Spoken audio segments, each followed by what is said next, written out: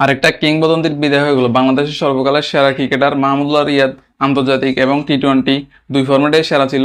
তো অবশেষে আর দেখা যাবে না মাহমুদুল্লাহ রিয়াদকে কি আন্তর্জাতিক ক্রিকেট থেকে বিদায় নিয়ে নিল পোস্ট করে হঠাৎ। তো আসলে একটা ক্রিকেটার আনুষ্ঠানিকভাবে মানে কেউ বিদায় নিতে পারে নাই বাংলাদেশে। মানে পঞ্চপাণ্ডব অবশেষে শেষ সমাপ্তি। পঞ্চপাণ্ডবের কেউ আর বাকি রইল না, সবাই শেষ। মানে মুশফিকুর রহমানের পরে মাহমুদুল্লাহ রিয়াদ ছিল। আসলে তারা চাইছিল যে 2027 সাল পর্যন্ত খেলুক বা খেলবে, তারা হয়তো ইচ্ছা মনে মনে ছিল। কিন্তু যেভাবে সবাই সমালোচনা করতেছে, সমালোচনার চাপে তারা আর নিতে পারলো না তারা। মানে মানে সবাই যেভাবে সমালোচনা করতেছে তাদের বাজে ফর্ম নিয়ে, রোহিত শর্মা বিরাট কোহলি রয়ে গেছে ইন্ডিয়ার, অথচ আমাদের এই দুই দুই লিজেন্ডারি ক্রিকেটার, আসলে সিনিয়র ক্রিকেটার, এরা মানে চাইছিল আর একটু খেলুক। হয়তো ফর্মে ছিল না, পরে ফর্মে আসবে, কিন্তু সবাই সেটা আর বুঝে নেই। সবাই যেভাবে সমালোচনা করতেছে, বুড়ো মাহমুদুল্লাহ, বুড়ো মুশফিকুর রহিম কবে অপশন নিবে, এখন নিয়ে নিল অবসর। এবার সবাই একটু খুশি হয়ে যান। তো মুশফিকুর রহিম কদিন আগে পোস্ট করে অপশন নিয়েছিল, তো এখন এবার গতকালকে মাহমুদুল্লাহ রিয়াদও অপশন নিয়ে নিল। আর কোনোদিন দেখা যাবে না, শুধু ঘরোয়া প্রিমিয়ার লিগ ছাড়া আর কোনোদিন আন্তর্জাতিক ক্রিকেটে দেখা যাবে না। মাহমুদুল্লাহ রিয়াদের সর্বশেষ ওয়ানডে ফরম্যাটে রাঙাইছিল ওয়েস্ট ইন্ডিজ সিরিজে। সেখানে দুর্দান্ত একটা সেঞ্চুরি মারছিল ওয়েস্ট ইন্ডিজের কয়েক মাস আগে। তো এরপরে আর তেমন ভালো খেলতে পারে নাই। আফগানিস্তানের সাথেও একটা সেঞ্চুরি মারার চেষ্টা করছিল আফগানিস্তান সিরিজে, লাস্ট 96 না কত রান নিয়ে আটকে গেছিল। তো এটাই মাহমুদুল রিয়াদের শেষ রাঙানো ওয়ানডে ফরম্যাট। তো চ্যাম্পিয়ন ট্রফিতেও তেমন একটা রাঙাতে পারে নাই। তো মাহমুদুল রিয়াদ আসলে সর্বকালের সেরা ক্রিকেটার ছিল বাংলাদেশের সাকিবের মতো।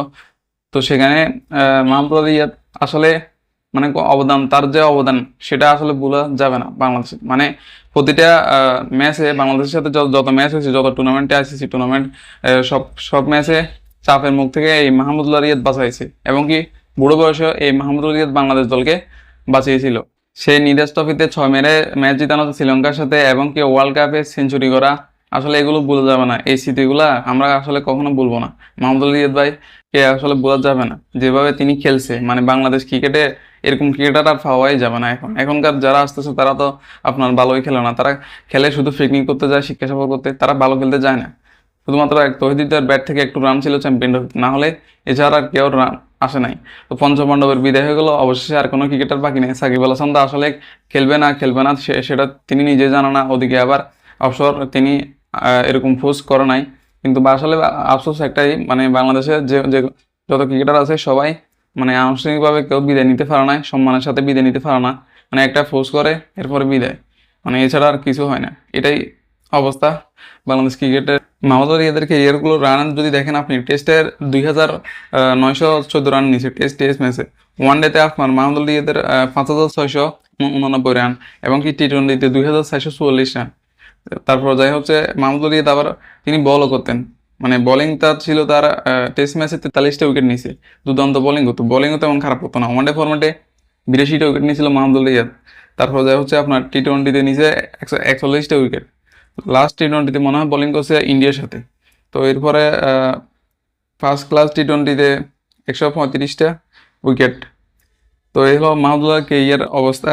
মানে অবশেষে বিদায়, আসলে অনেক খারাপ লাগতেছে। পঞ্চপাণ্ডবের কাউকে আমরা আর দেখবো না, কেউ নাই, সবার বিদায় হয়ে গেল। অবশেষে আসলে ক্রিকেটটা আর দেখবো কার জন্য? মানে এদের সিনিয়র ক্রিকেটারদের জন্য আমরা ক্রিকেট খেলা দেখতাম, বাংলাদেশের খেলা দেখতাম। তো এখন আর কেউ রইল না আসলে, মনের মতো ক্রিকেটার এখন আর পাওয়াই যায় না, খুঁজেই পাওয়া যায় না।